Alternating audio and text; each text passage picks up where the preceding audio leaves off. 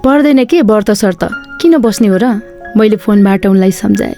हजुरलाई पाउनु नि, मसिनो स्वरमा लेप्रो घसेर उसले जवाफ फर्काए। 22 वर्ष अघि नै मम्मीले मलाई पाइसक्नु भयो, बरु हाम्रो सन्तान पाउने चाहिँ सोच्दै गरे के लाटी? हाँस्दै मैले जिस्काइदिएँ। अम्मा, फोन च्याठिएर करायो। सायद ऊ लजाएको हेर्नु र हिमालको सिउँदोभरि उज्यालो पोखिएको हेर्नु उस्तै हो। दुवै असीम सौन्दर्यताका खानी हुन्। अरू लजाउँदा मुख छोप्छन्, तर ऊ प्राय आफ्ना 2 गाजलो आँखा छोप्थे। छोपेको आँखा मुन्तिरको ओठमा एक धर्सो लिपस्टिक पोतिएको हुन्थ्यो, जुन सधैँ शर्माइरहन्थ्यो। म मौका छोपेर आफ्नो ओठ जुदाएर उनको ओठमा काउकुती लगाइदिन्थे। छाडा मान्छे, मुख पर सारेर ऊ कराउँथे र मुड्की कसेर दुवै हातले मेरो छातीलाई पिट्थे अनि खितितिते हाँसेर यही छातीमा लुटपुटिन्थे। चकचक पनि कति आएको होला। फेरि यसै बेला यिनै हातले खोपी जस्ता उनको नरम नाइटो छुनु पर्ने। त्यसपछि के चाहियो र? ऊ रोटी बनाएर मेरो कपाल घुमाउँथे। 2-4वटा रोटी बनेपछि मात्र छाडिदिन्थे। एक्कासी थाक्थे अनि फेरि प्यार जताउँदै मेरो कपाल सुमसुमाउँदै भन्थे, कति छाडा हुनु परेको के हजुरलाई? बेलुकीको खाना खाँदै थिएँ म। मेसेन्जरमा उनको फोटो फुत्त निस्कियो, उनैको नाइटो जस्तै पुरै गोला आकारमा। छी, कस्तो छाडा सोचेको हुँला। हाई छाडा मान्छे, उनको नाइटो बोल्यो। उफ, होइन ऊ बोली। म मुसुमुसु हाँसेँ। दाहिने हातमा भातका सिता भएकाले अबेला गरी देब्रे हातले टाइप गरेँ। हजुर श्रीमतीजी भन्नुहोस्। नाइटो काण्डले फेरि कुतकुतायो। म जोडले हाँसेँ। श्रीमती मात्रै? उसले उदासिएको इमोजी ठेले। 2 आँखामा पान टाँसेको इमोजी छानेर मैले पनि थपिदिएँ। प्राण प्यारी श्रीमती के? त्यसपछि उनको नाइटोबाट रातो पानको वर्षा भयो। उफ, साँच्चै हामी श्रीमान श्रीमती कहिले हुने होला है? ऊ भावनामा बहकिन थाली। तिमीलाई भगाएको दिन नि लाटी? नाइ, म त भाग्दिनँ। हजुर मलाई भगाउन आइछु न हस्।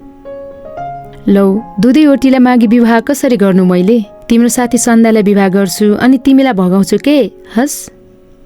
उताबाट रिसाएको इमोजी 7-8वटा मतिर बत्तिँदै आए। ल, त्यसो भए तिमीलाई माग्छु अनि सन्ध्यालाई चाहिँ भगाउँछु नि हस्। मैले कति पनि जिस्काउन छोडिनँ। छोडे त बस उनको म्यासेजको रिप्लाई आउन। 2-3 चोटि सरी लेखेर पठाएँ, सिन पनि भएन। त्यसपछि एक्कासी उनको फोन आयो। वर्षा, ऊ नबोलेपछि म आफैले उसलाई बोलाएँ।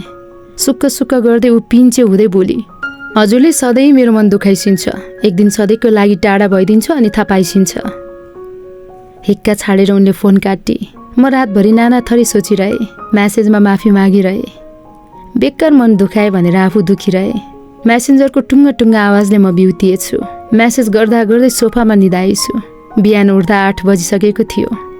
मेसेन्जर हेरेँ, उसैको रहेछ। फोटो पठाएकी रहेछ, उसको आफ्नै हातको फोटो। मेहन्दीले सजिएको कलात्मक उनका हातहरूले साँच्चै नवदुलहीको झझल्को दिइरहेको थियो। कलेजी रातो कलरको गाढा रङ गाडिएर मनैमा बस्यो। मेरो नामको 1 लेटर के पनि लुकाएर मेहन्दीको बुट्टाभित्र सजाएकी रहेछ। दङ्ग परे। एकछिनमा फोन थर्कियो। हेरिस्यो न, मेहन्दीको रङ कति गाढा बसेको। यति धेरै माया गरिसिन्छ हजुरले है। म भने चाहिँ सधैँ दुःख मात्रै दिइरहन्छु हजुरलाई। सरी छाडा मान्छे, I love you so much. एकै श्वासमा बोलेर सकी।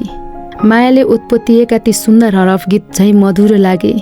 म स्तब्ध, छक्क परे। कति धेरै माया गर्छे भनेर मक्ख पनि परे। निर्दोषपना र सरलता उसका रत्न हुन् सायद। र त संसारकै भाग्यमानी मै हुँ भनेर कोठामा एक्लै उफ्रिए। त्यसपछि सधैँ उनको यादहरूले उफारिरह्यो। उसको अन्तिम म्यासेज सम्झिए, प्लिज मलाई 5-6 महिना फ्री रहन देऊ। 5-6 महिना नागेर आज वर्ष दिन भइसकेको रहेछ। म फेसबुक हेर्दै थिएँ। साउन्डको हरिया चुरा, हरिया सारी अनि हरिया मेहन्दीले फेसबुकको वाल सजाउ थियो। मेहन्दीले सजेका कैयौँ हातहरूले मसँग लाइक मागिरहेका थिए। लाइक र कमेन्ट बाँड्दै गए। छाडा मान्छे, खै मनमा हो कि कता हो, यो आवाज आज पनि फेरि एक्कासी गुन्जियो। मन गरुङ्गो भयो। हात थरर कापे। आँखाको चेप कति बेला रसाए थाहै भएन। दिमाग भनाभन भयो। जब दृश्य स्पष्ट भए तब आँखा अगाडि तिनै लाखौँ पटक चुमेका र 2 कोमल हातहरूलाई देखे, जो निकै पहिले नितान्त मेरै ठानिएका थिए। मेहन्दीले आकर्षक देखेका ती हातहरू 1 वर्ष पहिलेको झैँ मनमोहक देखिन्थे। रोक्दा मैले ती तस्बिर सुमसुमाइहालेँ। कुनै बेला मलाई छाडा मान्छे भनेर पिट्ने हात भनेर बिस्तारै भकानिन पुगे। एक दिन सधैँको लागि टाढा भइदिन्छु अनि हजुरले थाहा पाइसिन्छ। वर्षौँ पहिले उनैले भनेका ती वाक्य कानभरि गुन्जिन थाले। र उनको त्यो मेहन्दी पोतिएको हातको फोटो खोल्न विवश भए। अनि वर्षौँदेखि मनभित्र टाइप भएका पीडाहरू कमेन्ट बक्समा गई टाइप गरे। थाहा पाए वर्षा, तिमी टाढा हुँदा नजिक केही लागेन। आफ्नै मन त पर सरेर अनाकन्टारमा बास बस्यो। झन् खुसीको त के कुरा, आउने बाटो बिराइसके।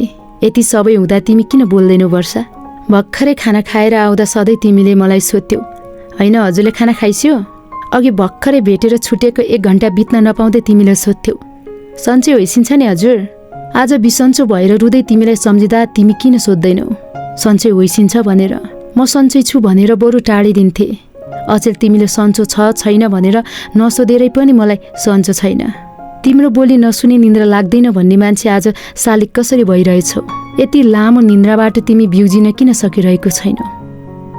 ठिक छ, यदि तिमीले मलाई साँच्चै जहाज नै चाहेको हौ भने भयो, अब मलाई पुगिसक्यो, आइदेऊ अब त भनेर लेखि नसक्दै मेरा आँखा पीडा भइसकेछन्।